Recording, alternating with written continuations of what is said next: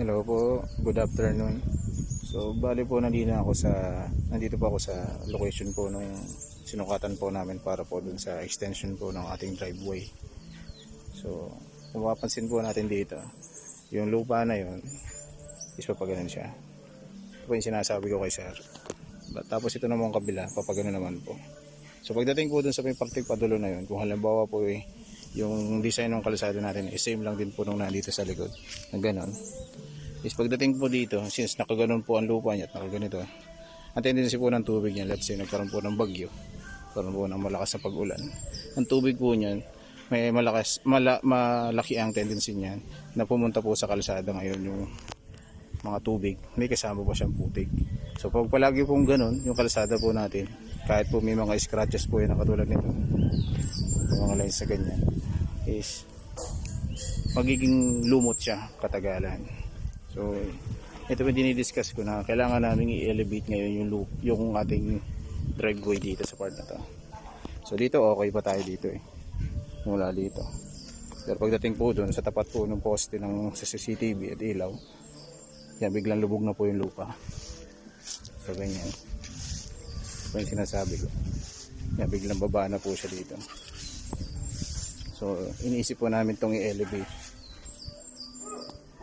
Ngayon, sa taas po ng presyo ngayon natin dito at sa hirap po ng gagawin kasi ito po ay pag pinantay na namin lupa, ikukumpak pa po uli, and then ayusin namin yung substrate nya, yung subbase nya, tatambak po dito is lumalabas po dun sa estimate medyo malaki na. Ayan. Ngayon, naiisip ko po dito ang solusyon para po hindi po lumaki masyado yung ating estimate, yung aming quotation is yung gilid na yun is lagyan na lang po namin dito ng temporary canal. So let's say yung gawin po namin driveway dito is iayon lang po namin dun sa terrain, dun sa contour po ng lupa, pero dito sa gilid po is lagyan namin ng temporary canal para lang din po mas masecure natin na yung tubig is hindi po pumunta doon sa ibabaw ng kalsada. Okay pa po yung tubig na mismo nasa kalsada na dadali papunta doon. Ang mahirap kapag yung tubig na nandito pumunta na sa kalsada, may kasama na siyang putik, later on lumot yun. Pagka po dumaan yung sasakyan, magiging madulas po. Delikado lang. Ayan po. Yun po ang naisip ko solusyon dito. Kasi hindi po maiwasan na po hindi tumaas po yung quotation. Kasi ang tataas na po talaga ng material price dito sa Pilipinas. Dahil po dun sa crisis nga po natin sa langis. Lahat po apektado, nagsipagtaasan na. Ayun, saka dito, kaya po ako nag-video para may paliwanag rin po sa inyo kung gaano po ito kahirap gawin. Kasi dito po mangyayari, yung mga nakumbok na lupa dyan kasi tinaniman na yan, ibig sabihin po dyan yung lupa loose na. So ibig sabihin yan, pag pinantay po namin, kukumpak pa po namin yan.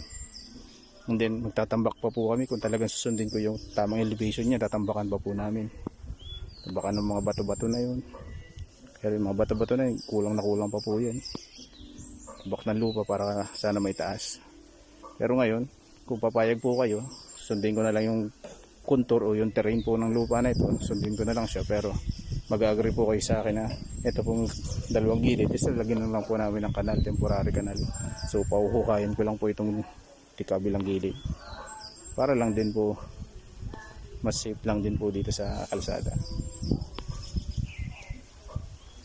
Ayan po, dito po okay pa po dito sa side na to kapag ganito, pero pagdating po dito papansin nyo ito biglang lubog na dyan. Yan, pababa na siya.